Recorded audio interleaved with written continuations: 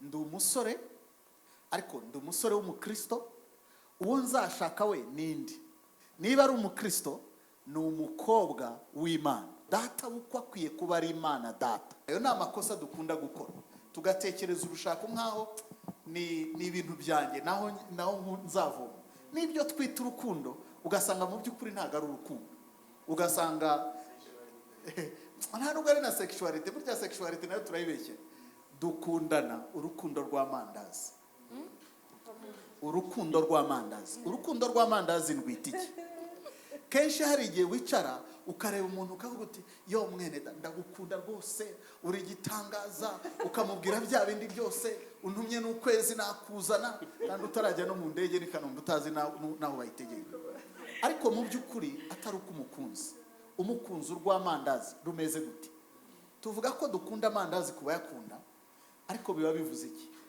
Kuko nkunda amandazi, narangiza nkashinga iryi, narangiza nkayakanjakanja, narangiza nkayamira. Nyakunda, mu by'ukuri nyakunda, nayubakira nk'agakadre, nkayashyira nk'ahantu muri salo, nkajya buri gihe nyanyuraho nkavuga ngo amandazi wenda gukunda. Niko nabigenza koko nyakunda. Ariko dore icyo tuba tuvuga iyo tuvuga ko dukunda amandazi. Nkunda uko niyumva iyo ndi kurya amandazi. So mu yandi magambo, ntago nkunda amandazi, nkunda sensation, nkunda uko kuntu niyumva iyo ndi kurya amandazi. No mu rushako rero hari igihe tujyamo dufite iyo perspective, ukavuga ngo nkunda uko uyu muntu azangira. Bazajya bavuga ngo wa mugabo ufite umugore uteye gutya, wa mugore, wa mugabo ufite umugore mwiza, umugabo wemeza umeze. Ariko mu by'ukuri udakunze uwo muntu, aba muri urwo rugo ahageze, murabona ko atatagaje identite ye. Uwo yari ari we niwe yakomeje kuba we no kwa Namani. Rero turashaka kugira ngo twakire abatumirwa bacu, tuganire kuri identity, dukomeze twumve ibyo umwami Imana atubikiye mu biganiro. Imana ibaha umugisha.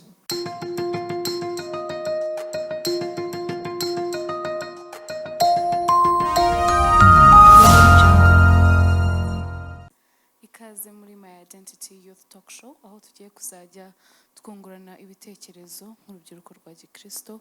Uyu munsi tugiye kuba tuganira kuri topic ya My Identity, and twizeye ko muri bugubwe neza. Uyu munsi ndi kumwe na mugenzi wanjye, turi bufatanye kuyobora iki kiganiro, ariwe Columbus. Turabakiriye, turi kumwe n'abandi bashyitsi benshi, turi kumwe muri iki kiganiro twungurana ibitekerezo ku bijyanye n'imibereho twese tugira nk'urubyiruko. Ngira ngo nakwakira abashyitsi, abatumirwa turi kumwe uyu munsi. Reka mpere iburyo bwanjye. Banyita Hatungimana Regis, ko nk'urubyiruko tuziranye bakunda kunyita Regis Hat. Murakoze cyane, nitwa Lambert Bariho. Twagera hirya tukaba dufite umupapa. Yego murakoze, nanjye nitwa Fabrice Nzeyimana. Turabakiriye. Yego, mwese muri kumwe natwe mwabonye abatumirwa dufite, ariko we save best for last. Umushumba wacu, apotre wacu, mind behind this talk show, ariwe umubyeyi wacu, mama wacu, apotre Alice Mignon. Turakwakiriye, ugiye icyo tubwira nk'urubyiruko.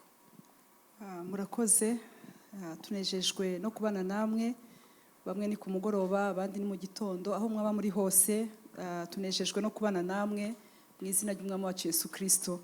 Nanone tunejejwe no kubana namwe abatumirwa bacu, turi bashe kubana uyu munsi, kandi turizeye tudashidikanya ko turi bugire ibihe byiza hamwe nabo. Hanyuma rero, nk'uko mu minsi ishize twari tumaze iminsi dufite ibiganiro hamwe namwe, umugore mu ihema, umugabo mu marembo. Rero twagarutse, ariko twagarutse dufite nanone inyito cyangwa se teme yitwa My Identity, igikorwa kitari gisha muri Women Foundation Ministries, ariko tujya dukora mu buryo busanzwe mu bihe bitandukanye, cyane cyane ko tugikora dushaka kugira ngo byibura abantu benshi dufite, cyangwa se urubyiruko, cyangwa se abantu bakuzeho ariko bari hirya no hino, ab'Imana yagiye igirira neza. Hari ubwo bibaho ugasanga umuntu asanzwe asenga, asanzwe akijijwe, ariko yagirirwa ubuntu bwo kujya hakurya y'ahantu asanzwe asengera, cyangwa se yagirirwa ubuntu bwo kubasha kubona promotion kujya kuri marketplace, ugasanga hari icyo ari cyo agenda atakaza. Rero niyo mpamvu twagize iyi teme twita my identity, cyangwa se icyo ndicyo gishobora kundanga aho n'abandi hose. Rero niyo mpamvu dufite iyi gahunda yitwa my identity, tuzakomeza kuganiramo n'abantu batandukanye, tuzagenda tugiramo ibiganiro bitandukanye. Twagiye tugira ibiganiro bivuga ku bantu bashaka kubaka, ku bantu bashaka kugira ibyo bageraho, ariko dusanga ibyo byose niyo byagenda biza hari icyo ndicyo ngomba kubanza kubaka. Muri ibi bihe rero dutegura iki kiganiro, natekereje ku kintu kijyanye no kwishakisha. Hari igihe umuntu atakaza cyangwa se yumva abuze uwo ari we, cyangwa se sinzi ukuntu nabivuga, icyo ari cyo. Niyo my identity yanjye nicyo ndicyo, kuko nahoze ntegura nza gusanga agende harimo identité na identification. Hari icyo biti kiranga umuntu, ariko nanone aha turashaka kuvuga none icyo umuntu ari cyo. Ariko tugiye muri Kristo dusanga nanone tufite icyo tugenda tuba cyo muri Kristo Yesu. Hari ijambo dukunze kuvuga ngo who am I, ese ndinde mu bintu byose ndinde. Hari igihe tujya twiruka dushakisha ibyo twatakaje, yewe tukagira n'ibiterane bivuga ngo tugiye kugaruza ibyo twatakaje, tukagaruza amazu, tukagaruza abagabo, tukagaruza abagore, tukagaruza abana. Ariko hamwe n'ibyo byose twatakaje tugerageza kugarura, naje gusanga ko hari igihe tugaruza ibyo twatakaje ariko twe tukananirwa kwigarura. Ugasanga twebwe kwigarura twaritakaje ntibyoroshe. Ese umuntu wibuze abameze ati? Kenshi rero iyo tuvuga kuri my identity no kugira ngo umuntu asubire hantu abavuga atari ku bundi ndinde muri ibi bintu. Ese Columbus turaza kuganira twese, mwari muzi ko uba no muri war worshiper, uri umuntu twese tuzi, uzi ko ushobora no kuririmba ukaba umudiyakoni, ukaba umuririmbyi mwiza, ukaba worship leader, ukabasha kuba on time, ariko nyuma y'ibyo byose ukabasha no kumvira ibyo mu itorero, ibyo mu idini, ariko nyuma uri ku ruhande ukumva urabaza Columbus ubundi uririmba kuri women nindi. Oya, hari by'abahanuzi bambwiye ko ndibyo. Hari ibyo wenda umushumba yanyigishije ndafata, ariko ubundi ndinde. Twaje gusanga abantu benshi bari lost, ariko hari abantu bari lost inside. Ugasanga n'umuntu wakiriye Yesu umwami n'umukiza ari no mu rusengero, ariko yabaye lost in the church, yabaye lost imbere kuko yatakaje cya kintu cy'uwariwe no hanze kimwe na kimwe. Rero tugarutse ku rubyiruko, hari urubyiruko rwose bafite ishaka, bafite ibintu bitandukanye bashaka kugeraho, ariko twifuje kugira ngo tuganire n'urubyiruko, tuganire n'imiryango, twongere tumenye abo turibo. Nitumenya abo turibo bizadufasha. Tugendera mu ijambo riri muri Daniel 1 igice cya mbere 8, havuga ngo Daniel agambirira mu mutima we, agambirira mu mutima kutaziyandurisha ibiryo by'ibwami. Uyu muhungu baramunyaze, bamunyagana bagenzi babo, abahungu 3 banyaganywe, baza kunyaganwa batwagwa muri Babylon. Bagiye ariko kuko bari bafite bagumanye identity yabo, bagumanye icyo bari cyo, guterurwa cyangwa se kujya muri captivity ntago byabambuye icyo ari cyo. Bari bazi ibyo bari byo babanyagana nabyo barabijyana, ariko bageze na kure bagumana bya bindi bari byo. Niyo mpamvu batapfukama ibigirwamana, niyo mpamvu cya gishushanyo cya zahabu Daniel ntabwo yigeze agipfukama imbere. Murabizi ko Daniel byageze n'igihe yajyaga asenga 3 ku munsi, yewe agakingura idirisha, abandi bariho barabihinyuza, kuko ntiyigeze atakaza identity ye. Siwe gusa, muzaga umukobwa ndumva ari mu bami ba 2, ni umukobwa utazwi izina ariko wanyazwe, bamutwara muri Syria, yisanga ari mu rugo y'umujenerali witwaga Namani, umukuru w'ingabo, aba muri urwo rugo. Ahageze murabona ko atatagaje identité, uwo yarari we niwe yakomeje kuba we no kwa Namani. Rero turashaka kugira ngo twakira abatumirwa bacu, tuganire kuri identity, dukomeze twumve ibyo umwami Imana atubikiye mu biganiro. Imana ibaho umugisha. Murakoze cyane Apostle kubw'iryo jambo rifungura talk show. Ubu tugiye kujya mu gice cyo kubaza ibibazo. Ndabizi ko twese turi bwige, kandi buri wese uri kureba I know kuri butahane isomo, uri butahane ikintu gikomeye wize muri identity yawe n'icyo uri bukuremo. So turatangirana nawe Mr. Lambert, uratubwira ese iyo bavuze ikikuranga wumva iki? Urakoze cyane. Kuri icyo cyo kuvuga ibiranga umuntu, ntekereza ko wakibajije ushaka kumenya identity bivuga iki, kubera ko birenga ibyangombwa umuntu afite, nk'uko Apotre yabyise identification. Ikindanga gituruka mu wundi we, ushobora kuba unziho ko ndi umuririmbyi nk'uko byavuzwe, umuvugabutumwa, umupapa. Ibyo byose ni ibindanga inyuma, ariko uwo ndiwe ni wa muntu w'imbere. Ngiye gusobanura rero identity, navuga ngo mu magambo make ni umuntu ari we nyakuri, apana uwo yigize, apana uwo yagizwe n'ubuzima, apana uwo yagizwe na sosiyete. Uri we nyakuri. Uri we nyakuri rero ntabwo ubyiha. Identité si ikintu wakwiha ngo ni naho wenda mbivuge gutya.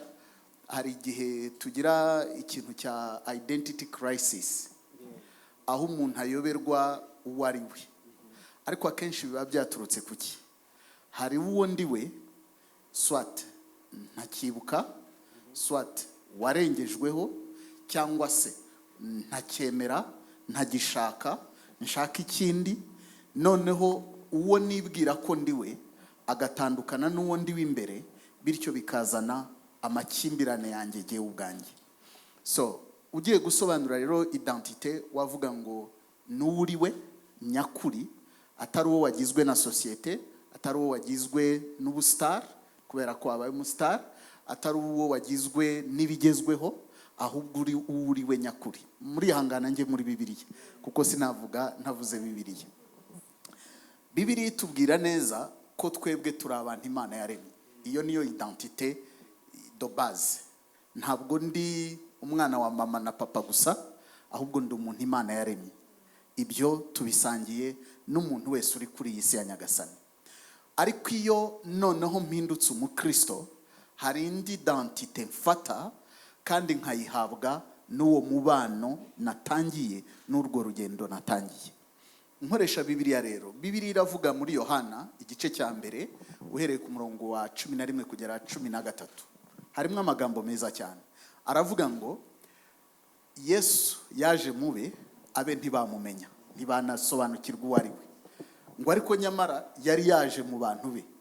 Ku murongo wa 12 hakavuga ngo icyakora abamwemeye bakizera izina rye, ngo hari ikintu yabahaye. Ni ubushobozi cyangwa se ni right. Nkunda Bibiliya y'Icyongereza imwe nivuga ngo ni right yo kuba umwana w'Imana. So iyo identity rero niyo twakiriye tuje kuri Kristo. Ntabwo nkomeza kwitwara mbere wambonye Imana wakamatsira n'ahandi nkaho, ahubwo mpinduka umwana w'Imana. Hari relation itangira, hari umubano utangira, iyo ngiye igahinduka identity yanjye. Ndongeraho ikindi cyanditswe cyo muri Yohana wa mbere igice cya 3 umurongo wa mbere kugera kuwa ushatse wageza kuwa 3. Yohana batangara cyane akavuga ngo murebe urukundo ruhebuje cyane urwo twakunzwe n'Imana Data, ngo rwatumye twitwa abana b'Imana. Akantu rero gakomeye kari muri iryo jambo, aravuga ngo bakundwa, ngo ubu turi abana b'Imana, ngo kandi niko turi.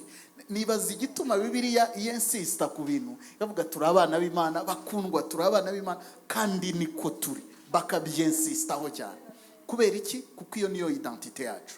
Impamvu mpereye kuri ibi bintu ni iyi: hari igihe twumva identité yacu ari ubukristo, bigahinduka ikintu cy'igisysteme kiri aho ngaho. Ariko identité yo kuba umwana w'Imana ituruka muri relationship, mu mubano dufitanye n'Imana. Bityo rero ntabwo ari biterwa nuko twicaranye na apotre, ntabwo biri buterwe nuko nsengera aha, ntabwo biri buterwe nuko nabatijwe, ahubwo biraturuka mu mubano wanjye n'Imana. Niba rero bituruka mu mubano wanjye n'Imana, buri ibindi byose biza gukurikiraho ni secondaire, ariko naho ngaho biri gupfupfunuka. Bya bindi byananiye, bya bindi nashoboye, byose biraturuka muri uwo mubano wanjye n'Imana. Kuko ntago Imana yavuze ngo murebe urukundo Imana ruhebuje Imana yadukunze rwatumye twitwa abakozi b'Imana. Ibyo nibyo dukunda tukabigira identity. Umukozi w'Imana, the man of God, powerful, anointed, n'ibindi byose. Ariko Bibiliya yo igiye kubisubiza iravuga ngo identité yacu ni ukuba abana b'Imana. Iyo bitekerejeho rero ukibaza kuba umwana w'Imana icyo bivuze, ni ibintu ngira ngo bitugora kwakira, kubera ko mu busanzwe iyo uri umwana w'ahantu hakomeye, ahantu nakuriye habaga abantu babiri batunze imodoka, ku buryo twiga muri primaire bigeze batubaza, murabizi uko kera babazaga ngo uzigira iki, ushaka kuzaba iki. Abo bagabo rero umwe yitwaga Feliciane, undi yitwa Simone. Umwana umwe arareba aravuga ati ariko urabizi nintigira ubu Simone nzigira ubu Feliciane. So icyo mbivugiye ni iki, nuko kuri we identite yo kuba yasa n'umwe muri abo yari muhagije. Noneho mwibaze kuba turi abana b'Imana, ntabwo tutaraba Simoni, tutaraba Simoni, tutaraba Feliciane, tudaturuka, ariko turi abana b'Imana. Iyo identite rero kutayigenderamo no kutayisobanukirwa biri mu bituma ibintu byinshi bipfa mu byo twita n'ubukristo, kuko bigeraho bigatakaza ubuzima, bigahinduka system iri inyuma, bigahinduka ikintu kiri inyuma. Hari amategeko ngomba gukurikiza, hari amabwiriza ngomba gukurikiza, ariko bidaturutse muri relationship. Buri muntu witirirwa izina ry'Uwiteka aramutse yakiriye ya identity, akazi k'abashumba kakoroha, akazi k'abaririmbyi kakoroha. Kubera iki? Kubera ko twese twaba cooperatinga from that identity. N'ama crisis tugenda tugira, yaba mu rusengero yaba hanze yayo, akenshi yavaho kubera ko namenye kuri mwene data, nkamenya ko koko uwo nita papa nawe ari papa wawe. Burya ntacyo twapfa, burya ntabwo nagutera imijugujugu, ariko impamvu nyigutera nuko mbona uri competition. Kandi kuko ubona uri competition ntabwo bituruka muri ya identity yo kuba namenye ko ndi umwana w'Imana.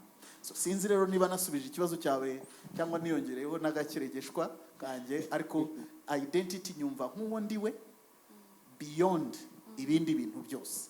Ni ikintu kitari icyo nigira, ahubwo nagizwe swate n'uwandemye.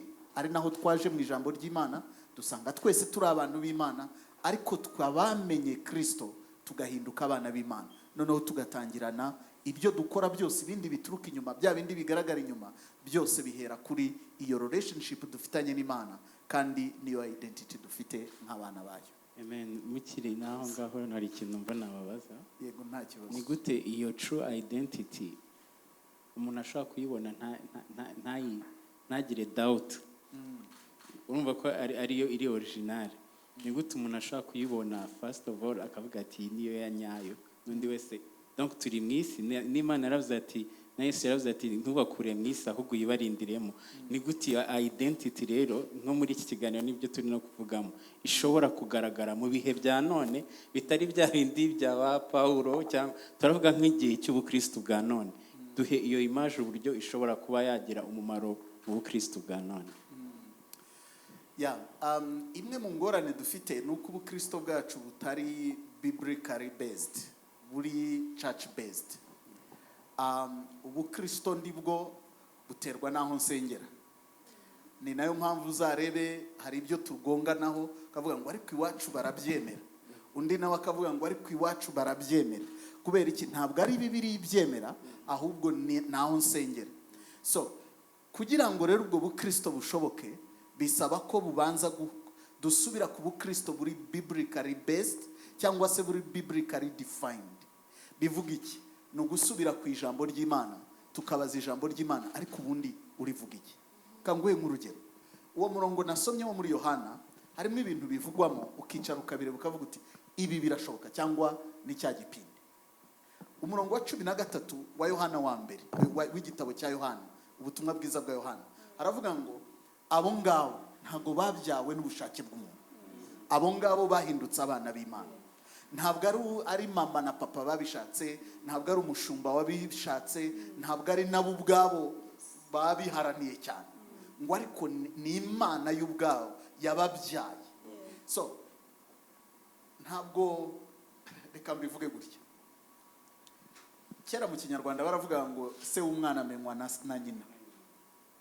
Bivuga ngo twese turicara tukavuga ngo uyu ni data, uyu ni data. Rimwe na rimwe ukabona Musa, ukabona nibi Musa, ugatangira kubyitiranya ko ukavuga turabyemeye, kandi biba bihereye ku byo umuntu yakubwiye. Kuki iby'Imana ivuga byo kubyakira bitugora? Kubera iki? Niba Imana yaravuze ngo narakubyaye kuva wemeye umwana wanjye, yahindutse mukuru wawe, uyu munsi nawe uri umwana. So uri umwana wanjye ndakwemera. Kuki nemera ko mbonye Imana ari we data ariko sinumve ko ibyo Imana ivuga yuko ari data bikangora? Niho rero bidusaba gusubira ku cyo Bibiliya ivuga. Ndongera ngaruke kuri ndi jambo riri mu Baroma igice cya 8 uhereye ku murongo wa 14 ukageza 17.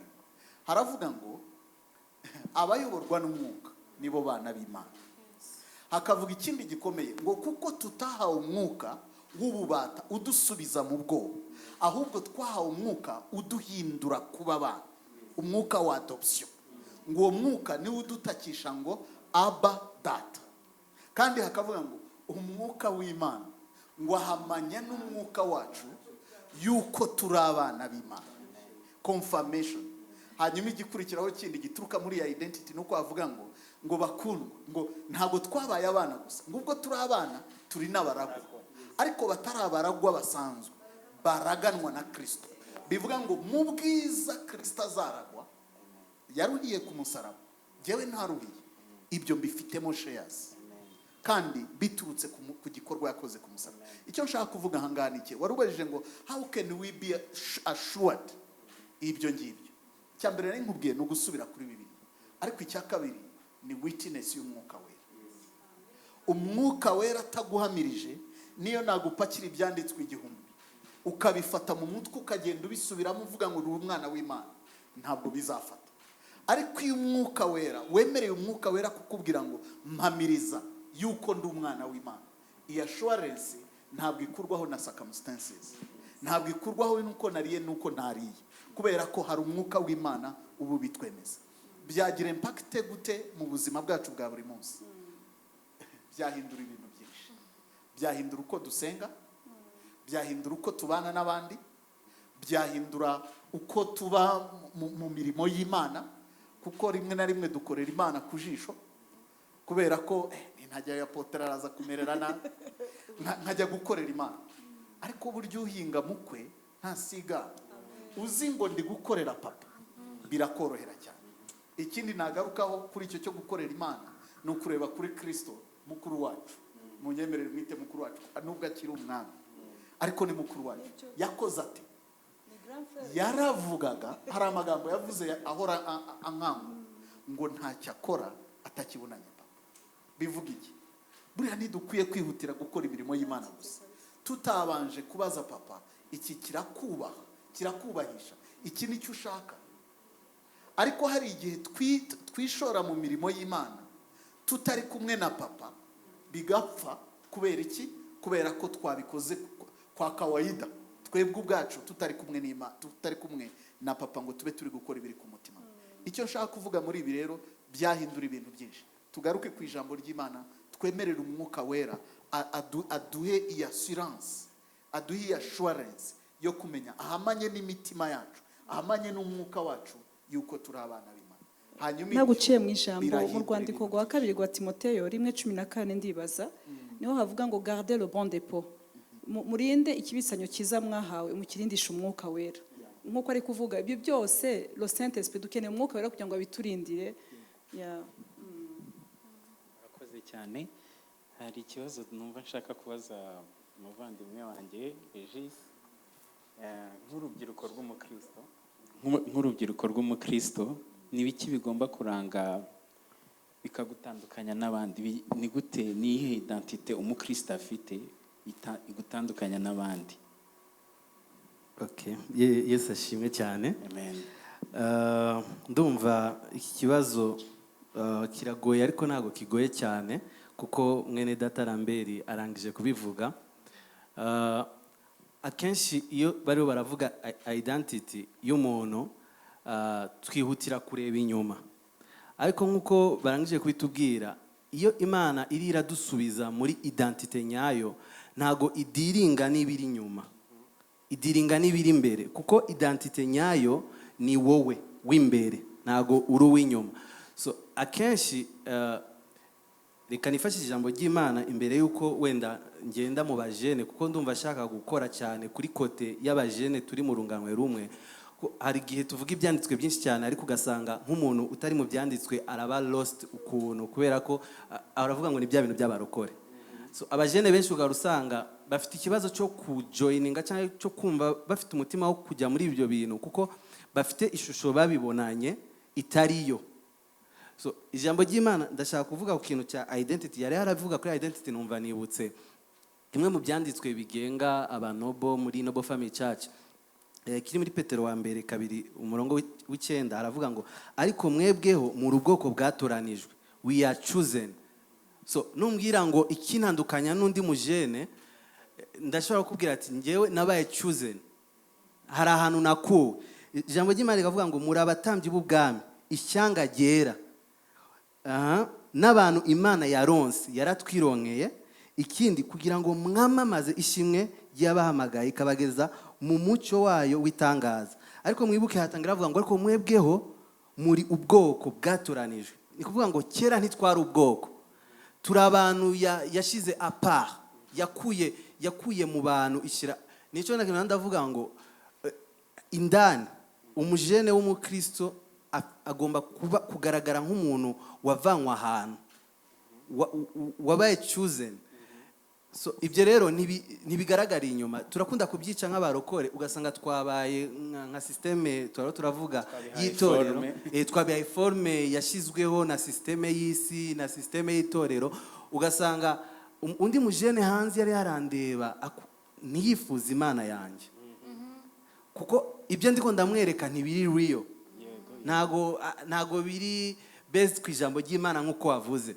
So nk'uko twabivuze, isi ugiye kureba abajene bari hanze, fata urugero, abakobwa bahora bareba The Kardashians, akumva ndashaka kuba, afite urugero ashaka kureba rutuma yumva ashaka kubaho muri iyi si. Isi yarubatse ikintu gituma umuntu wese yumva afite ukuntu yifuza kuba.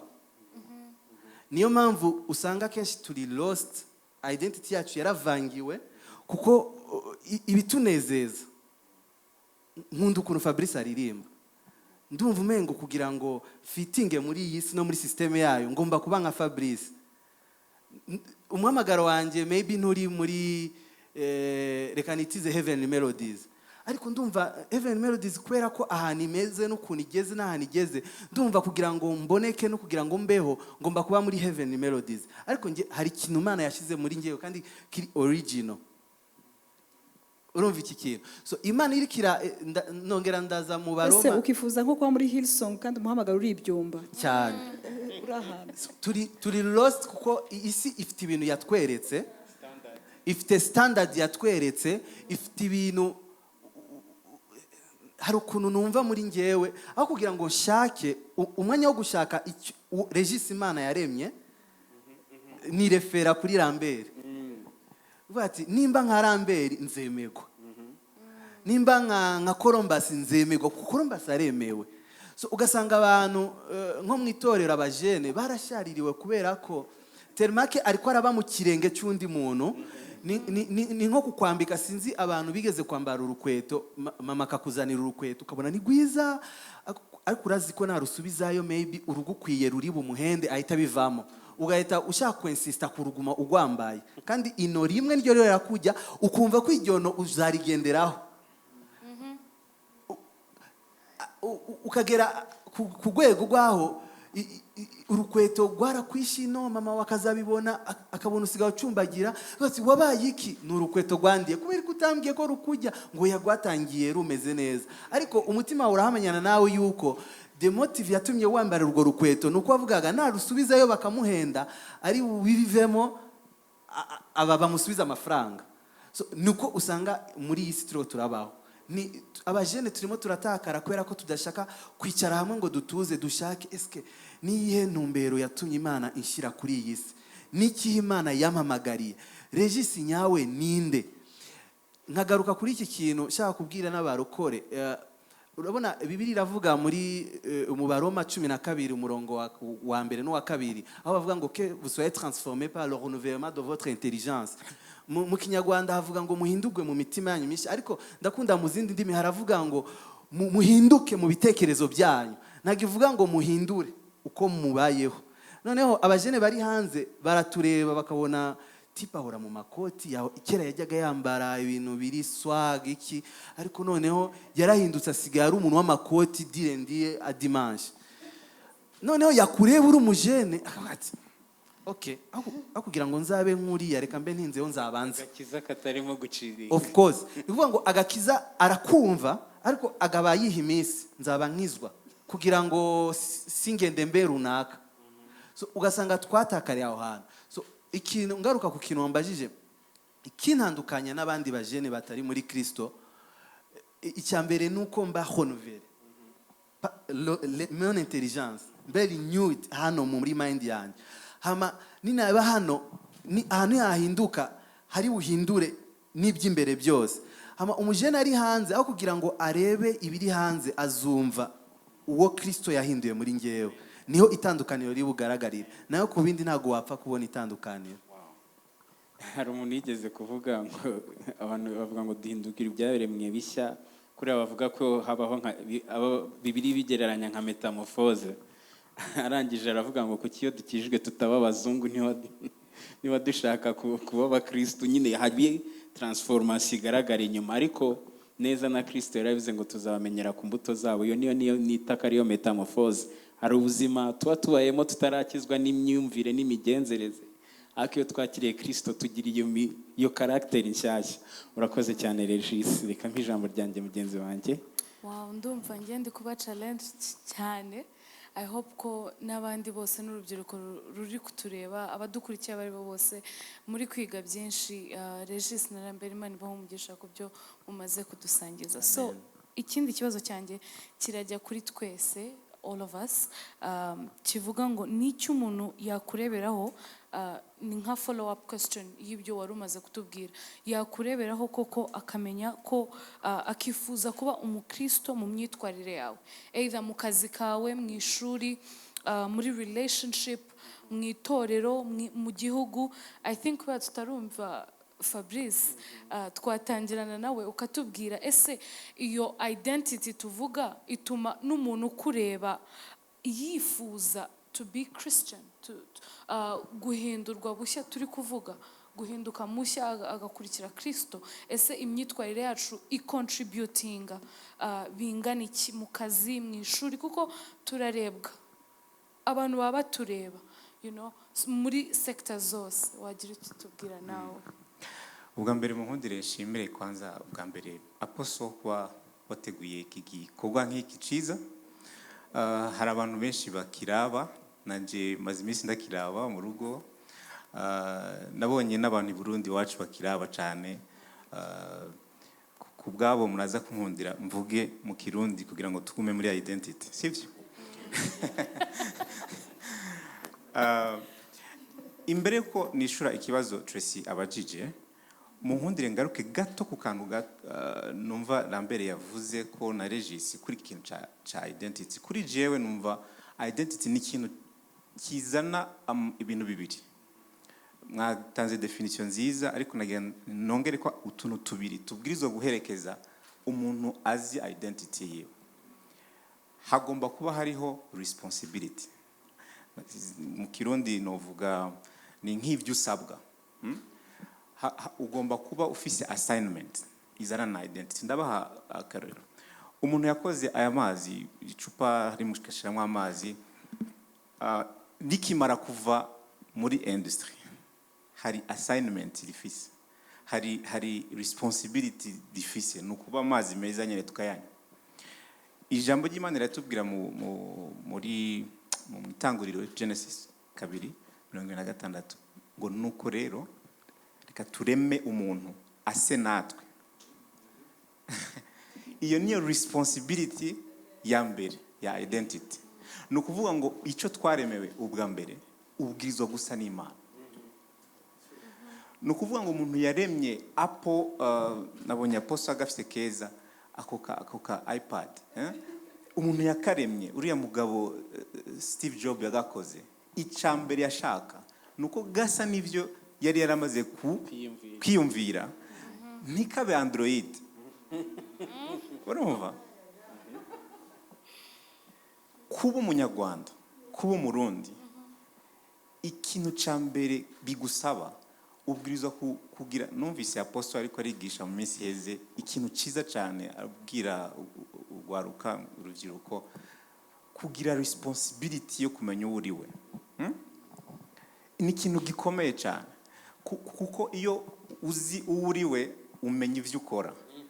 Urumva, iyo utazi uwo uriwe, hari umuntu yigeze kuvuga ngo iyo utazi aho ugiye aho ugeze hose ubona ko washitse. Urumva, niyo utazi uwo uriwe icyo ukora cyose wibwira ko ari cyiza, sibyo? Iyi mikoro Columbus ashobora kuyihindura drumstick akayikobitisha ingoma, itazi icyo ari cyo, icyo yokora cyose yo kwibaza ngo nico. Rero nashaka kongera ko kantu uvuga ngo identity, ikintu cya mbere kuzanira ni responsibility, kumenya icyo uremewe naho ugiye. Buri iyo baguhaye ID card hariho responsibility zizanana navyo.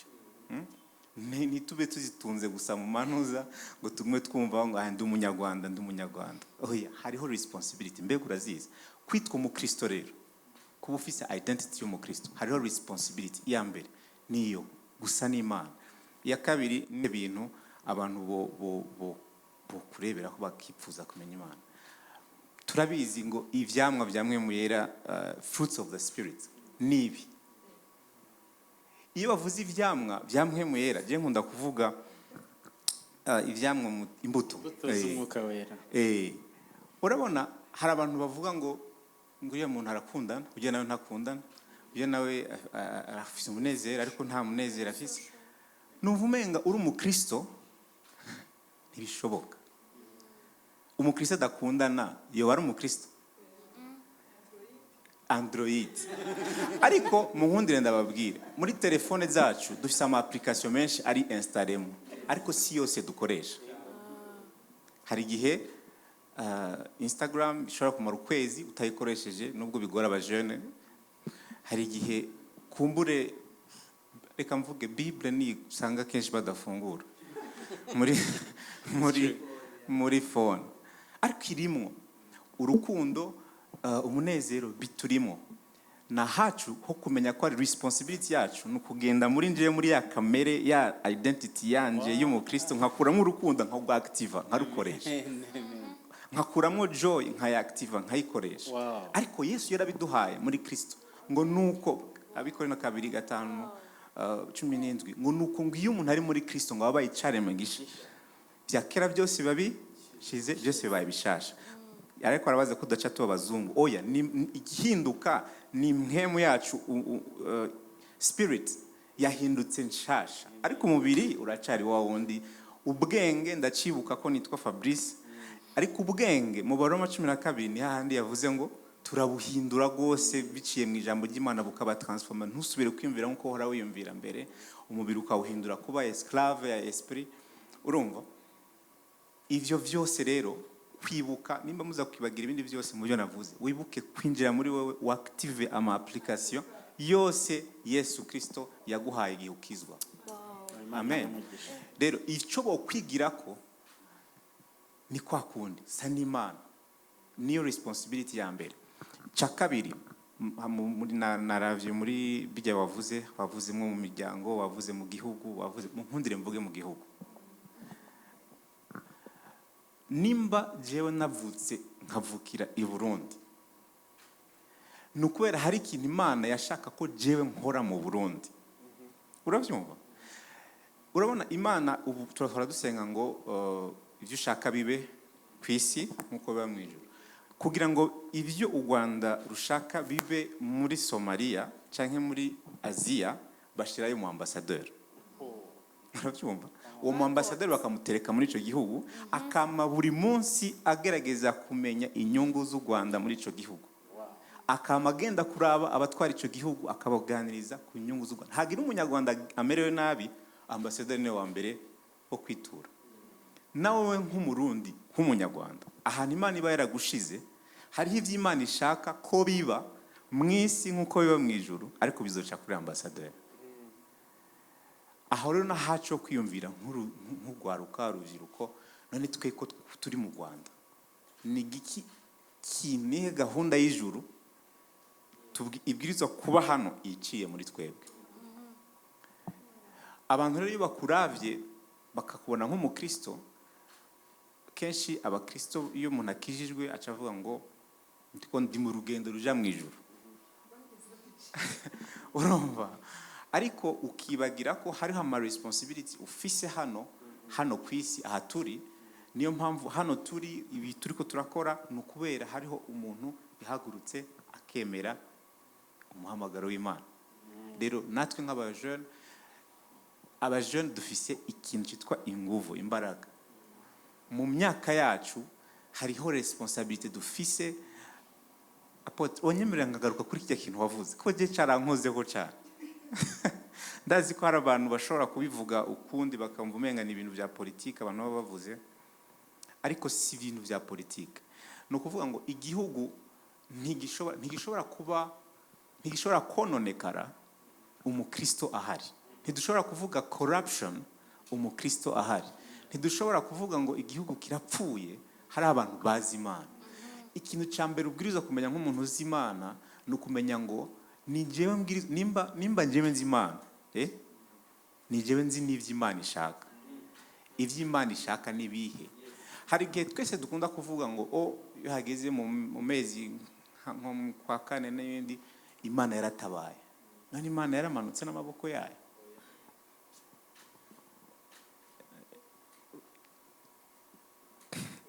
Hari igihe usanga twebwe tuvuga gusa ngo dusenge.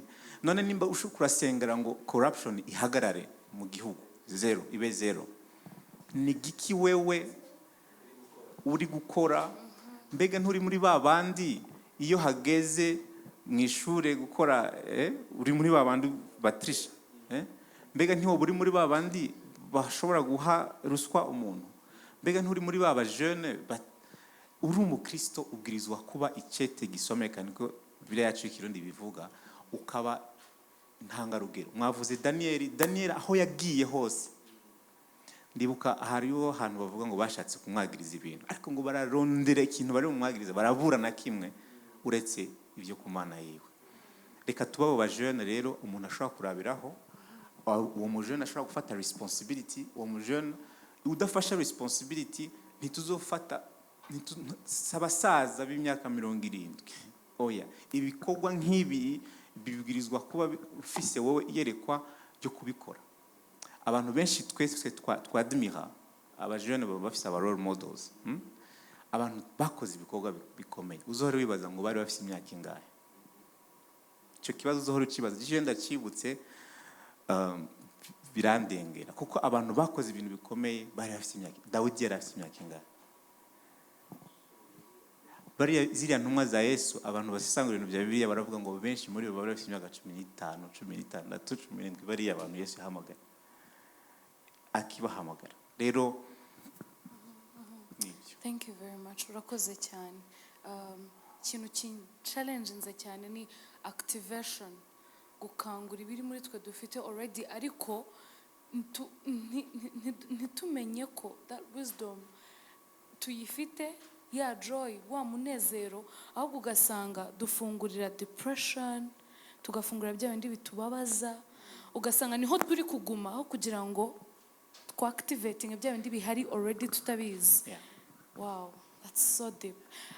Nashaka kubaza Lambert, urubatse, ufite urugo, kandi benshi mu rubyiruko ego hari bamwe sinzi impamvu twishyizemo ko iyo umuntu amaze gushaka abarangije kuba urubyiruko biba birangiriye aho ngaho. Kandi yes, kandi ntabwo ari ibyo, so twifuje kubaza ikibazo ko tuzi ko twigira kuri nkamwe mwagezeyo, mwabonye uko bimeze, mwari mwaraciye muri fiançailles, muri copinage, byose, duhe n'ubuhamya kuko hashobora kuba hari uwo biri bufashe, ushobora gufasha Regis, Columbus, buri wese uri hano ushobora kumufasha, ukatubwira nk'umukristo w'urubyiruko uri mu rukundo, uri muri copinage, fiançailles, uwo ari we wese, ni ikihe kintu kimuranga gishobora gutuma n'abamureba bamenya ko ari umukristo? Urakoze cyane. Ndabisubiza wenda mpereye ku byo Fabrice yavugaga. Buriya igituma wactivatinga apple ikaba activated, ikemera kuba activated ama application arimo, nuko idafite housing ya apple imbere ari Android cyangwa se ari indi program. So ikibazo rero ngiye mbona gikomeye nuko hari igihe dushaka kwa updating applications ziri muri Apple twibagiwe ko mu by'ukuri ikibazo ni ya housing y'inyuma, iby'imbere nta bihari. Storage space. It's not storage gusa bahita banabikubwira. Reka nguha akagero gatoya. Kera smartphone zikiza nari mu Bwongereza nagiye kwiga, noneho muri jewe mu buswa bwanjye ntekereza ko telefone yose ya touch ari smartphone. So mbona imwe ndayigura nzi ko nguze smartphone. Ndakubwiza ukuri sinakubwira amajoro naraye nshaka gushyiramo WhatsApp, sanga si smartphone nuko ifite screen ya touch gusa. Ndwana nayo nkajya kuri Google nkabona uko installinga WhatsApp ishwi, bakambwira ngo application not able to sustain this application. Uguye ku rushako nk'urwo wabigira utera. Ubwo nyine filime itangira kwizinga hakiri. Ariko icyo nshaka kuvuga cyacyo mu by'ukuri icyo Fabrice yavugaga ni ikintu gikomeye.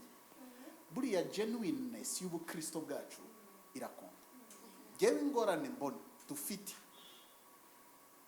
nuko n'izo application ntaho ziri buze kuzaziza, ntago tuzi Kristo.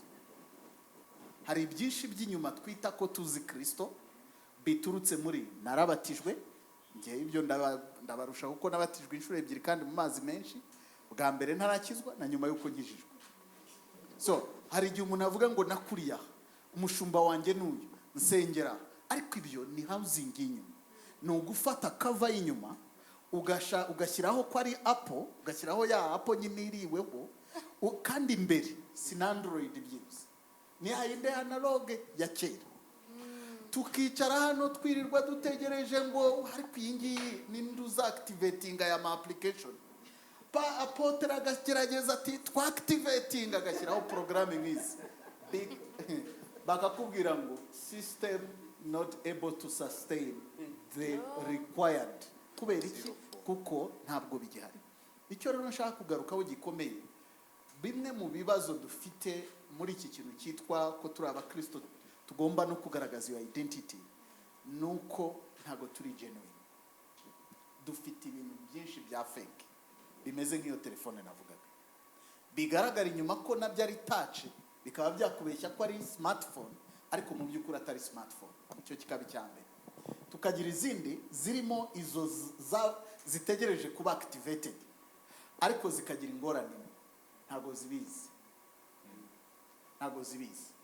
Kuko ikibazo cya identity, iyo udasobanukiwe identity yawe nta kikumarira. You die with your identity. Niyo mpamvu bajya bavuga ngo irimbi niho hantu hari ubutunzi buruta ubundi mwisi. Kubera iki? Niho hantu abantu benshi bashyinguwe bajyana n'iby'Imana yari yarabakizemo. Kubera rero batamenya abo baribo ntibashoboye kubyactivate. Ngaruke kuri icyo kintu cyari kibajijwe kijyanye wenda n'urugo. Buri urugo ruzaba icyo uzarugira cyo. Urugo hari igihe ngira amahirwe abantu bakangana ngo basobanurire wenda ku by'urugo, ariko Saturday hari bamwe nabwiye ngo urugo ruzaba icyo muzarugiramo mwe babiri mu rugendo, kandi nimwibeshye ko bizaturuka mu bushake bwanyu. It will come from your identity. Ibyo muri byo nibyo bizagenda bigira urwo rugo. Turero urugendo rwanjye cyangwa se uko byamera muri ibyo, ubuhamya bwanjye n'ubuhe. Wenda kugira ngo abajene bumve context yanjye, narongoye maze kurya utudobo twinshi. Sinzi niba iryo jambo abajene baryumva. Bararyumva cyane. Utudobo twinshi. Kubera ko nabayeho ari imyaka y'ubuzima bwanjye nabayeho bagita intwari y'umwami. ntekereza umurimo w'Imana ntumbaza ibindi. Ndibuka hari n'umuntu watekereje ko mukunda, ariko mu by'ukuri sinari nzi iyo biri kuva n'iyo biri kujya. Jewe nabonaga n'umuntu yegereye undi nkavuga nti umuntu arekeshejwe kuvuga ubutumwa no kujya yirirwa abwira undi ngo ni ikimari garita ni biki. Nuko nari imeze mbere yaho ngaho. Hanyuma igihe kigeze nginjiramo, noneho nshaka gukacinga up. Iyo wakererewe uvayo wiruka. Yewe ndaba approachinga we abo mbwiye namara nko kumubwira nanjye nkabona ko bitazacamo, nanjye nkakitera aho kugira ngo akantere nkakitera. Abandi biragenda bipfa bikazamuka byagera ahantu bigapfa. So nabigiyemo rero bimaze kunyura mu nzira nyinshi. Ariko kimwe mu bintu byamariye kurya utudobo ni iki? Byamaye kumenya gusubira kuri ya identity. Who am I? Ubundi kubera iki nshaka kurongora? Ubundi ndashya narura iki? Ubundi kubera iki? Purpose. Kubera ko hari igihe twirukira ibintu tudasobanukiwe no seulement abo turibo, ariko n'impamvu tubigiyemo. Ngatekereza nkavuga ngo ubwo mwene data berwa n'iby'umukara buriya nanjye byambera, ariko burya hari amabara atabera imbwa. Umuntu yigeze abendi buking umunsi umwe arambwira ngo hari amabara atabera imbwa kandi bingumamo, kubera ko nako wenda hari uwo kafashe. Reka nako nkavuga, nize muri kaminuza ndi umurokore, nyobora ishuri bazi ko ndi umurokore, ku buryo bajyaga bankorera amafuti nabwira ariko kuki mundushya, kabangorega wowe Yesu yarakudufashije, ntacyo wabikoraho nyine wowe turakuzi uri aho ngaho. Noneho umunsi umwe nanjye nshaka gusa n'abandi, mbona abanyeshuri bicaye, nanjye ntangira nyine kuzana ibintu byo gufitinga, ntangira ngo kubafata kamera. Ubu ngubu bikoze abantu baseka kubera ko icyo gihe nta kamera zabagaho. Ntangira kuba filime. Umunyeshuri twiganaga ahita amamagara arambwira ngo Rambe, hari amabara atabera imbwa. Bitavuga ngo urakoze naye nshatse gukora nanjye kiri butume nemerwa, mumenye ko ndi umujama, none mbise nsanga ko hari amabara atabera imbwa. Ndatuza nsubira ku byanjye. Noneho mu bijyanye n'urushako, kimwe mu bintu nize muri utwo tudobo ni ugutekereza uwo ndiwe. Icya kabiri ni ugutekereza impamvu y'urushako. Ariko bimfasha no gusenga no kumenya Mana niki ibi bintu tugiye kujyamo n'ibi. Kuko hari igihe abantu babihubukira yumva ni nta responsibility bizazana. Ni umunyenga wo kwitwa monsieur madame, ntago ari umunyenga nta bya papa, nta birimo, nta responsibility bijyanye nabyo. Ariko utudobo kimwe mu bintu byamfashije nicyo ngicyo. Ikindi cya kabiri rero byamfashije kwibaza ndinde mu buhe buryo. Ndi umusore, ariko ndi umusore w'umukristo. Uwo nzashaka we nindi nawe akwiye kuba ari umukristo. Bivuga iki? Niba ari umukristo ni umukobwa w'Imana.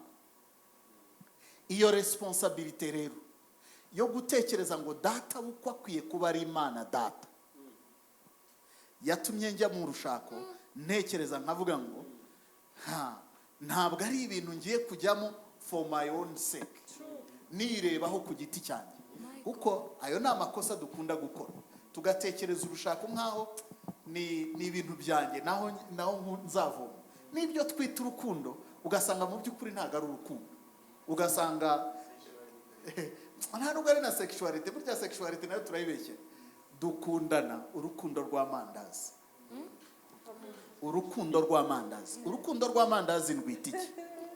Kenshi hari igihe wicara ukareba umuntu ukavuga uti yo mwene ndagukunda rwose, uri gitangaza, ukamubwira bya bindi byose, untumye n'ukwezi nakuzana, kandi utarajya no mu ndege n'ikanombe utazi naho bayitegeye. Ariko mu by'ukuri atari uko umukunzi urw'amandazi rumeze gute? Tuvuga ko dukunda amandazi kuba yakunda, ariko biba bivuze iki? Kuko nkunda amandazi narangiza nkashinga iryi, narangiza nkayakanja, narangiza nkayamira.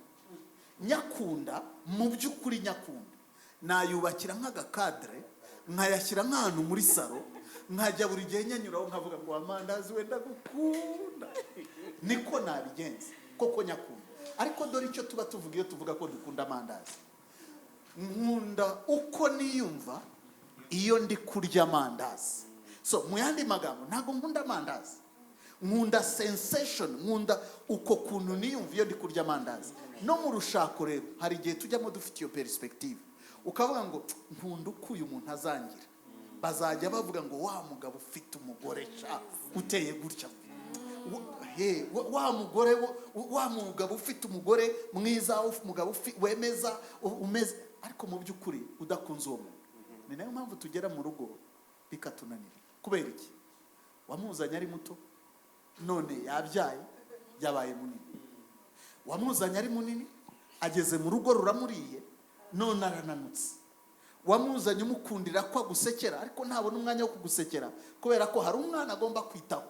Arangiza kumwitaho yabaye indembe, ari kureba icyoroshye, atagishoboye kukubwira sheri, nta customer care yasigaranye, yombi yayakoresheje ku mwana wowe yabirangije. So urukundo rero nize muri ibyo bihe rwari urukundo ruvuga ngo sacrificial, agape love, akaba ari ikujyana muri urwo rukundo, ukagenda unconditional. Uyu muntu ndamukunda, yaba ari mwiza cyangwa se yaba atagize icyo ashobora.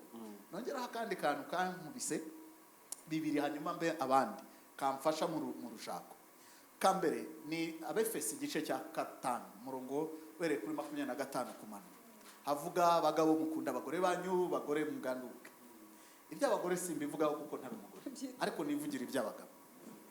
Nsomye nsanze Bibiliya ivuga ngo nkeneye gukunda umugore wanjye bitangana nk'uko data yakunze mama, bitangana nk'uko sogokuru yakunze nyogokuru, bitangana nk'uko umushumba wanjye akunda umugore we cyangwa se undi muntu uwo ari we wese, ariko ku kigero cya Kristo. Ibyo gushaka nari ngiye kubivamo. Hari igihe tujya mu rushako ubifata nk'ibintu byoroshye, ariko Imana yazamuye umupira standard iravuga ngo umva abagabo, ntabwo nshaka ko mukunda abagore bisanzwe, mujye mundebera. Nabakunze mubimerita, nabakunze ari uko muri beza, tukiri mu byaha nibwo Imana yadukunze. Ndebye iyo standard rero nasanze bigiye kungora no gushaka nari ngiye kubivamo. Icyaje kuvamo ni kimwe rero, nuko kugira ngo nongere kubigumamo, nuko Imana yaje kunyigisha ibanga. Iravuga ngo Rambe, ibi bintu ntago wabishobora, ariko kimwe cyo nabigushoboza. Isengesho rero ryanjye ni rimwe, niyo byananiye no kubwira Imana ngo ibuka ko uyu mukobwa ari uwawe, uyu mugore wanjye ni umukobwa wawe, none ndagusabye umukundire muri iki. Amen. Kubera ko yewe sinabona urwo mukunda na bya bindi twisaka wenda bakiri bajene, murabizi nyine tuba tuvuga ngo rwose nzagukunda nzagukuya ku ndaje ngere ku cyo data uko yambajije. Ariko hari igihe kigera kumva nta bihari pe. Hari igihe kigera wareba ikintu akoze ukavuga uti umuntu nk'uyu mukunda gute, umuntu nk'uyu tubana gute. Wareba weaknesses zizi ukavuga umuntu nk'uyu namwemeye gute. Ariko ubwo no kuba wirengagije inzara, nawe arebye mu ruhande rwe abavuga ati nk'uyu namwemeye ndeba he. Ngewe iyo ndebye izanjye hari ikibazo nkunda kubaza madamu kugeza umunsi yanyashye, avuga ubu wanyeneye ute, ubu ni wihemukiye kwemera umuntu nkanjye, kuko nanjye ari jye ujya kwirambagiza sinakwirambagiza kubera amafuti nizi, ariko kuba yaranyemeye ni bwa buntu bw'Imana. So icyo nshaka kuvuga muri ibi ni ibihere, ni ukuvuga ngo nibyo twita urukundo mu by'ukuri hari igihe usanga atari byo, ari ukwikunda mu by'ukuri tugize. Ndangirize ku cya databukwe rero. Ngiye kurongora umugore mfite, databukwe yansohokanye ahantu aranyicaza ambaza ikibazo na n'uyu munsi kikinkurikirana. Arambaza umukundira iki, urabizi nyine ibisubizo dutanga ni mwiza, kunda Imana, yubaha Imana. Ngira ngo yarumvise ko ndi gusubiza nyine bya bintu bisanzwe. Arangije ambaza ikibazo mu Cyongereza arambwira ngo can you take a bullet for her? Ushobora kwemera kumupfira? Agani ndo murokore sindi bubeshye. Abisubiza koko mbihuki. Habanza haza silence muri restaurant. Ndaceceka mbanza kubitekerezaho. Ngeze ahantu nemeranyije n'umutima ko byashoboka. Ndamubwira ngo ntago nari narabitekereje gutyo, ariko ndabyiyemeje namupfira. Uyu munsi rero biracyankurikirana mu buhe buryo. Hari igihe ngera mu rugo nawe turakorana mu murimo nkora, twese turananiwe, twiriwe twigisha, twashize ka kandi k'ubunyarwanda kakaza. Mugeze mu rugo umugore niwe uhita ajya gushyashyana, ajya gukora ibi ngibi. Cyangwa se wari uryamye ushaka ko gukorera iki, kandi urabizi nawe warananiwe kuri ya level nawe ikomeye cyane. None iyo ngaramye gutyo rero nyine ntegereje ko abikora, hari igihe mpita nsubira hahandi nkavuga ngo ariko ibi niba binaniye guhaguruka ngo njye gukora biri, ahubwo aba ari jye ubimukora, ubisasu byo harya unarifata ngahita mpaguruka nkajya kubikora. Ntabwo ari ukwikira heza, ariko kimwe mu bintu maze kubona navuga ngo umuntu yanyigiraho, icya mbere ni uguhindura perspective dufite ku rukundo, tukamenya ngo uyu muntu mukunda urwo kumwitangira. Kandi iyo umwitangira, wenda ndabwira abajene bamwe batarabamariye, ntabwo umara igihe uri ku rutonde rw'ibyo ushaka mu wo muzabana. Buri kimwe washyize kuri urwo rutonde jya ureba niba ugifite, kubera ko tumara igihe kinini turi mu kuvuga ngo uwo nzarongora azagomba kuba yuzuye ari umurokore mwiza. Wowe uri umurokore mwiza, agomba kuba afite ibi n'ibi akunda abantu. Wowe ukunda abantu, kuki ubisaba undi wowe utabyisabye? Niho rero mbabwira ngo tuba dukunda abantu ariko tukabakunda rwa rundi rw'amandazi. Wowe ukurikiye rero, icyo ngusaba ni kimwe, banza wibaze ngo urukundo ni iki, wibaze ngo ese uwo muntu wamupfira. Wibuke ko standard ziri hejuru ku bijyanye n'urugo, ntabwo ari nk'uko umushumba abikora, ntabwo ari nk'uko data abikora, ahubwo ni kuri standard za Kristo. Kandi n'abadamu nubwo wenda ntaribo ntaza gutera ibuye, Bibiliya iravuga ngo nabo bagandukira abagabo ku ruhe rugero, ku rugero itorero rigandukira Kristo. Wenda muri iki gihe nyine itorero ntirigandutse neza, ariko ntabwo ari iri yavugaga itorero nyakuri rya Kristo, ryo riraganduka rigatega ugutwi rikumva. So twibaze rero icyo tugiyemo, bitugende blindly, ahubwo identity yacu yo kumenya ngo ndi umwana w'Imana, ndi umuntu Imana yongeye ikintu gikomeye, umuntu Imana yaronse, ndi umuntu wacunguwe. Yongeraho ikindi cyo kuvuga ngo iyo responsibility izana niyo identity. Ibyo bintu tubitekerezeho, byinforming each and every aspect of our life. Bimwe mu bintu biba mu rugo iwacu nuko twemeranyije ikintu kimwe, ntabwo tuzabaho uko izindi ngo zibayeho, tuzabaho ibyo twumva Imana iduhaye kubaho. Umugore wanjye ni umunyamahanga, genda umunyarwanda, murabyumva ko ikinyarwanda nkivimuzi, ariko naramubwiye sinshaka kuba umugore w'umunyarwanda, kandi nawe uzambabarire ntuzagire umugabo w'iwanyu. Reka tuzabe icyo Imana ishaka ko tubaho mu rugo rwacu. Hari iyo identity, hari pressure yadukuriyeho. Akagero koroshye, abantu baherutse kuza kudusura baje kuduhemba kuko tuherutse kubyara. Noneho turica tubakiriza iki? Murabizi iyo bagiye guhemba mugomba guteka, mugashaka n'umutetsi, mugashaka iki? Uzi ibintu twabahaye, ibintu byoroshye.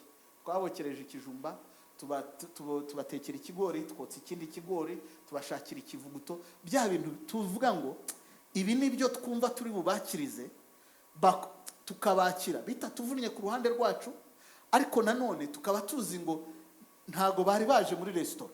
Iyo bashaka kujya kurya ibindi bari kujya Marriott, bari kujya ahandi, ariko reka tubahe ibintu natwe biduhaye kumva twisanzuye. Hari pressure itivaho iyo wakiriye identity yawe, akaba ari ijya imbere kurusha pressure iturutse hanze no mu rugo. Mukabaho ubuzima budaturutse mu muco, budaturutse ahandi, ariko buturutse mu gikirisito, buturutse no mu bo muri bo, ariko nta wundi dictating ibihari. Imana ariyo ifite ijambo aho ngaho. Mvuze byinshi, ariko nicyo navugaho, ngo ikigeragezo cy'abavuga butumwa ni mikrofone imwe mwayimana. Mumbabarire no ku binavuze, hari akantu nungutse cyane cyane ko yabwiraga abajene, maybe hari umuntu uri bukumve tukemeranyeho. Iyo umujene arimo arareba ibintu ashaka mu muntu bazubakana, uburyo ubivuze nkuyemo ikintu kimwe, niba ari byo uraza kubimbwira.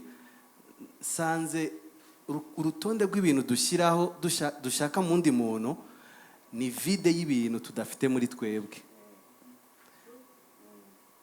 Niba hari umuntu urimo kutwumva afite ibintu yashyizeho, ndi bumusabe agenda asubiremo arebe yuko atari ibintu abuze muri we ashaka ko undi muntu aza gukombra, kuko niba ushaka umuntu ugira urukundo usabana, maybe urashaka ko burwa iwawe abantu nibagusura urukundo udafite bazarubone muri uwo mugore cyangwa bazarubone muri uwo mugabo.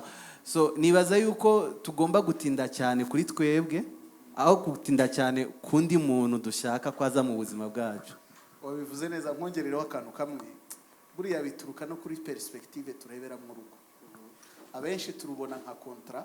Iyo ugiye gusinya amasezerano y'akazi ugenda ureba uruhande rwawe, bazampemba ngahe, bazampa konji ingana iki, nizihe indamunite nzabona, ni jyewe wireba. Ariko ni gake ubwira umukoresha ngo harya wowe unshaka mwiki, nzaguha ibi. Oya, uba wireba gusa, munangahe muzampemba, ubwo muzampemba yasinemeye. Ariko ntabwo ugenda uvuga ngo oya mutanampembye nge icyo nshaka nuku kubabera umugisha. Mu gihango rero siko bimeze. Mu gihango uravuga ngo nubwo ntacyo ufite, nge mpisemo gushyira ubuzima bwanjye hasi ngapfa kugira ngo wowe ubashe kubaho, kubera ko ngukunda. Ibyo ni by'Imana yadukoreye, ni nabyo Kristo yadukoreye. Iyo rero dutekereza urugo nka kontra, tureba nyine muri ubwo buryo wari ubivuze, kuko ibyo nkeneye azanyungura iki, azagira gute, ukamuzana kubera umushahara afite, mwagera mu rugo akazi bamuhagarika ukavuga uti si ibi nari nazanye, sohokera aha ngaha ugende, kubera ko wagiye ufite perspective ya kontra. Ariko dukeneye guhindura tukabibona nk'igihango. Igihango umuntu akijyamo areba kuri sacrifice, niki ngiye kuzana mw'uyu muntu. Njya gutangira ibyo byo gushaka, nari nkimeze nka ntwari y'umwami. Hanyuma Imana itangira kunchallenging, irambwira ngo sengera urugo rwawe. Ndatokesha mu izina rya Yesu.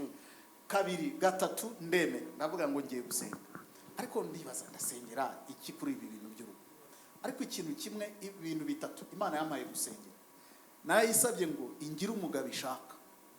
Avuga ngo uwo mugore ahwari nawe umugira umugore ushaka. Cya gatatu uzaduhuze kuko nge sinamenya aho nzamukura nuko bizagenda. Hagati aho nyine nagiye kumwishakashakira kugeza igihe binaniye utudobo ndaturya twinshi kuko nari ndi kwishakashakira, ariko Imana yo yari izi aho nzahurira nabo. None se nakubaza ikintu kimwe Lambert, kugira ngo nse nk'ugiye ku yindi side ku byo mwavuze na Regis. Hari ikintu wavuze cyiza uvuga kuri standard, uvuga ko urugo rwawe ruri kuri standard of Christ. Ndumva ariko bimeze, no kuvuga ngo ukunda umugore wawe ni kuri standard ya Kristo, ariko ni Kristo muri wowe. Nanone iyo umaze kumenya identite yawe, nta kuntu uzamura ibiciro, kuko hari undi we wenda nirebaga nk'inzige, hari minyoni wiyizi, ariko maze kumenya uwo ndi we, ariyo ya identite, maze kumenya uwo ndi we. Aha sindi kuvuga kwibwira uwo ndi we ntari we, maze kubimenya ko Kristo ankunda, birenze uko Regis andeba, birenze uko societe indeba. Wenda akaba ari nk'umukobwa wenda wari indaya, ariko akakira Yesu umwami n'umukiza kandi agakizwa neza. Ejo wenda Imana ikamuha umutware w'umubishop cyangwa se ikamuha umugabo uri mu Mana neza, ariko kubera yapase ishaka kugira ngo ikomeze, ndo ndavugira n'abandi batwumva, ishaka kugumya kumutsikamira, ariko nyuma yamara kumva afite amaze kumenya wari muri Kristo Yesu, ashobora kuba yazamura standard. Birashoboka cyane, mu buryo bwiza no mu buryo bubi. Birashoboka mu by'ukuri, nta nubwo ari no kuzizamura muri Kristo, ahubwo no kuzishyiraho zigomba kuba ziri. Yako ziba zizamutse, ndavuga muri reality, zivuye hamwe wari warazishyize uziza. Mbese ni nko kuvuga ngo nakiriye uwo ndiwe nari Kagoma iri kubana n'imishwi y'inkoko, none ubwo maze kumenya ko ndi Kagoma ngiye kuzamuka ngurukane n'izindi Kagoma. Ibyo ngibyo navuga ngo rwose bikwiye kubaho. Nta kintu nashira kuri liste umuntu akambwira ati urifuje rwose. Liste ntago ari ikibazo, liste ntago ari ikibazo, ariko liste icyo ukeneye kureba ni ukwibaza ngo iyi liste nge nkoze, how do I measure to it, kugira ngo ntuzane bya bintu byo kwikunda nk'amandazi, kuko ni gakeya uteka irindazi uzi kuri burirye ngo wibaze ngo ariko gendaza kuri iki, kuko uraza ni consommation. Icyo uri gutekereza ni consommation, ariko utekereza muri perspective y'igihango, bikeneye kuvuga ngo ibi bintu ndabyifuza, kuko ni byiza rwose kwifuza, ni byiza kugira izo standard no kutarengera, ariko ni byiza kurushaho kureba urwo rutonde ukavuga ngo ma uru rutonde nanjye ntago ndumereze neza, ariko umuntu uzampa ni umukobwa wawe. Ubwo ari umukobwa wawe rero nanjye ntegura kuko nanjye ndi umuhungu wawe, ntabwo ushaka ko bizagenda nabi muri uru rugo. So nanjye ntegura, nanjye kuko ikibazo cy'abajene kenshi dukunda urutonde rureba abandi ariko ntidukunda urutureba. Kandi iyo ntago ari love, kuko urukundo uziha umuntu none uzamwiha umeze. Niba ushaka umuntu ukuzuriza ibyakunaniye kandi that's not love. Munyemerere nongera akantu kagufi gusa mu bintu muri ko muravuga, kuko tuvuga ibintu bya identity. Ikintu kimwe kiyomora mbona kigora aba jeune kandi numva kiraba identity cyane, nuko iyo cyane cyane abasore, mvuga ku basore, abasore hari igihe bashaka abakobwa bataramenya identity yabo, ugasanga bariko barabateshereza umwanya. Urumva, ugasanga ndabaha urugezo ko dukijijwe twebwe mu itorero iwacu hari umudamu yarafite calling ya evangelism, yagiye kuvuga ubutumwa muri Iraq, muri hariya ICC korera. Nahise ntekereza ko umugabo barajanye, bita ntekereza none iyaba uyu mugabo atari wa wundi Imana yashaka, cyangwa atarafite ya maturite Imana yashaka kuri uyu mudamu, ubu ntabamubwiye ati reka twicururize indagara. Urumva, kuko tumenye ko twebwe dukijijwe, urugo it's part of the plan of God, it's part of what God wants to do hano ku isi. Yavuze ngo I will make a helper, ariko Musa une aide semblable. Semblable si hano ku maso niki, ahubwo ni semblable ya kiya kintu kiri muri wewe Imana ishaka ko mukora. Hari ibintu Imana yakoze, yabanze irema jardin, umurimo, ibanze irema ikikogwa abantu bazo gushyiramo umugabo, hanyuma izana ivuga ngo uyu muntu nivyo bavyiza ko aba wenyene. Jewe mvuze mu buhamya bwanje nanje naratakaje umwanya mwinshi mu bintu byo gukundana ntaramenya umuhamagaro wanje, ariko umunsi nasobanukiwe umuhamagaro wanje nahise mbona abantu bamwe ko tutaberanye. Donc identité yawe umaze kumenya uri maze kumenya identité, muhamenya undi shavuga ibi reka ndabireke, numva umenga no. Kubera iki? Parce que iyo umaze kumenya identité umenya ico bihwanye naco, ico bijanye naco, sivyo? Rero nkavuga kuri twebwe abagabo ko ni twe kenshi dutangura, numva umenga iyo umenya identity yawe ukabona umuntu wundi nawe ukamenya identity yiwe, ariko ukabona ko iyo identity yiwe ni iwawe, ushobora kuzomuteshereza umwanya. Nimba umukunda vy'ukuri mureke. Sinzi ko mwumva ico shaze kuvuga. Hariho je nabonye abantu benshi batwawe n'abantu basanga umuntu yakorera Imana, yarakunda Imana, yarafise umuhamagaro by'ukuri, kavuga ati uyu mudamu uyu mukobwa yarahamagawe, ariko yamara kugira mu rugo ukabona biraheze. Kubera iki? Kubera nibwira ko iyo matching yabaye peut-être harimo aniko yoke, siko bavuga. Hari akantu bavuze ngenda nakasubiremo, nimba by'ukuri ukijijwe, bopero wawe agomba bwa mbere kuba Imana. Para umupastor yitwa Ivan Castano yavuze gutya ngo niwa shaka ugashaka umuntu adakijijwe, no kuvuga ngo uzobushatse umuntu afise reka ndabivuga ko yabize mu Gifaransa, reka ngerageze kwitradisa. Yavuze ngo umunsi wa denos umuntu azoba afashe umukuboko umudamu wawe, making sure ko ari the same na wewe, cyangwa nimba uri umugabo making sure ko ari the same. Kuvuga ngo the father w'umugore wawe spiritually speaking urumva ni Imana, sivyo? Ariko ngo ni washaka umuntu adakijijwe, Satani azaba ari sobuka ngo numusanga muri sano rero ngo ntudutangare kuko he is part of the family. cyangwa akaza gusura umukobwa akaza gusura umukobwa. we niko bimeze. Don't be shocked.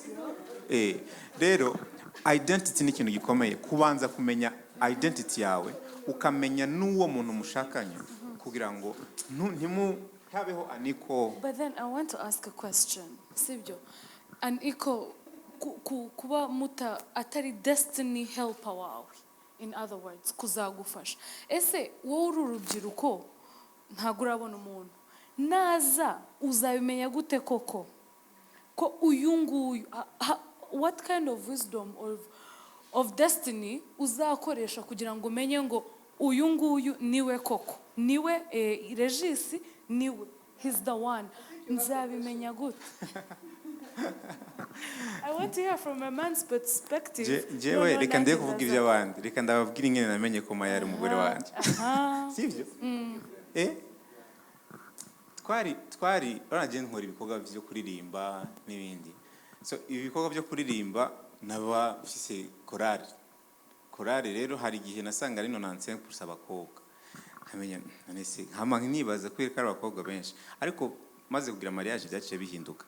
Ciba the opposite. Ngira murumva ivyo nshatse kuvuga. Ariko ndibuka umunsi Maya duhura. Ikintu cya mbere cyabo yaravuye muri Zambia, hanyuma turahura, twabaye turi kudutegura concert. Ndibuka twabaye ari ku munsi wa mbere dufite concert wa gatanu. Sinzi ikintu cyanjemo. Yaraje nk'umushitsi. Ndamubwira ngo senga. Ndamuha mikro. Ngo asenge. Muri ako kanya ariko arasenga. Arasenga. Umva, arasenga. Urazi hamwe ndatakara ndibura mwisengesho. Ariko ikintu numvise kibcemezanya n'umutima wanje. Avuga ngo uyu muntu azogusengera. Numva muri esprit yanjye. Avuga ngo uyu muntu azosengera igikorwa muri cyane. Numva ngo uyu muntu azosengera urugo, kandi niko bimeze by'ukuri. Urumva? Numvise mbaye atire n'icyo n'ubwo buzima bw'umuntu asenga, bw'umuntu, kuko nawe yinzi nari maze kumenya umuhamagaro wanje. Hari n'umuntu umwe yari yarigeze kumbwira ngo reka ndabireka,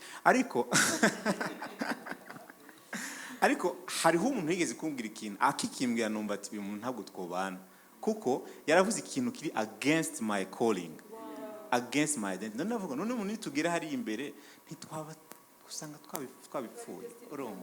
So rero numva umenga kuvuga ngo destiny helper, it's not selfish. So kuvuga ngo ndiko ndashaka ko uyu muntu ambera umuboyi cyangwa umuyaya wo muri calling, ahubwo no kuvuga ngo wowe ibintu nka Tracy Imana yashize muri wewe, kuko you have to be accountable. Urumva? Nubifata ukabitereka mu maboko y'umuntu, kuko mu bumwe you become one.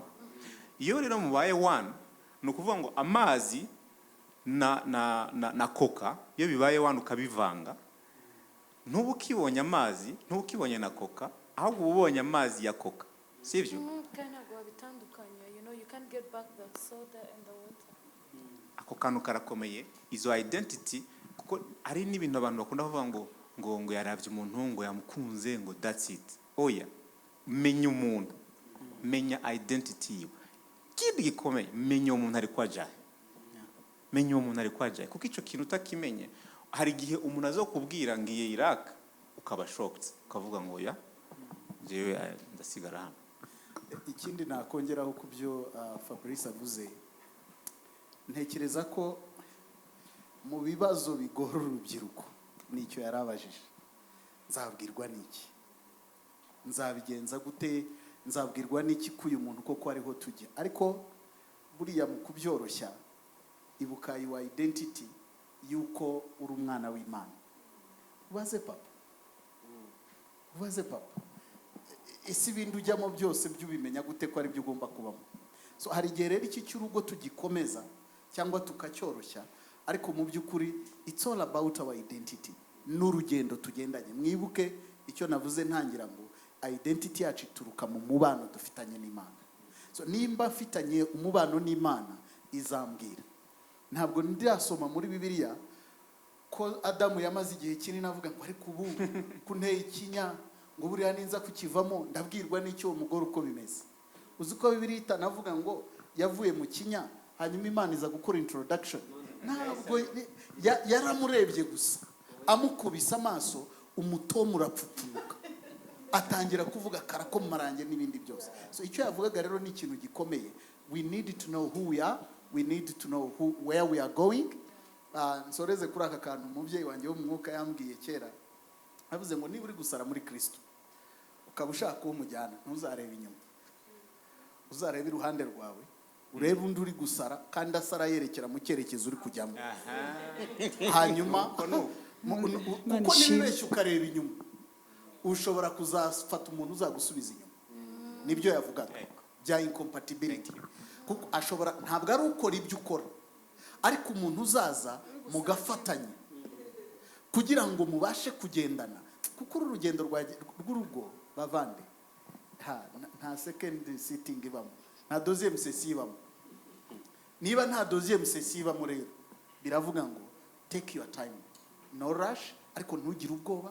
If your father loves you, Yesu yigeze avuga ikintu gikomeye, avuga ngo muri abantu babi, ngo ariko muzi ngo abana banyu babasaba ibintu mukabiba. Kuki jewe muntekereza ko ndi mubi ku buryo ari musaba data atazabe? Murakoze cyane. Murakoze, ndumva twagize ikiganiro kiryoshye. Turakomeje, hari ibindi biganiro bizakurikira, biraza gufata igihe tukora bino biganiro. Mukomeze mudukurikire kuri no channel. Twagira ngo dukomeza, kugira ngo mbere yo gusoza iki kiganiro turagira ngo twakire umushumba wacu atubwire ijambo rya nyuma, atubwire ibindi bijyanye n'ibi bintu twumvise ibintu bikomeye cyane, ariko ndibaza neza ko umubyeyi wacu ari n'ikindi yakongeraho kidasanzwe kuri ibi bintu twumvise. Kubera impamvu twagize ibihe byiza, ndibaza ko n'ibi bintu twagiye twumva, yewe uzajya ubyumva ubikurikire mu bice bice, tugize umugisha kuko ibintu twumvise dushobora no kubishyira mu mantuza atandukanye bikazagenda bidufasha. Rero kubigira ndumva ari byiza, kandi nibyo abantu bahoze banse bavuga ati ariko biriya bintu mubica tukibikene, mubica tukibishaka, ariko noneho twagize umwanya uhagije, ndumva twumvise ibintu byiza cyane. Reka nzakomeza ibindi kwa gatanu utaha, ariko uyu munsi tube tugejeje ahangaha.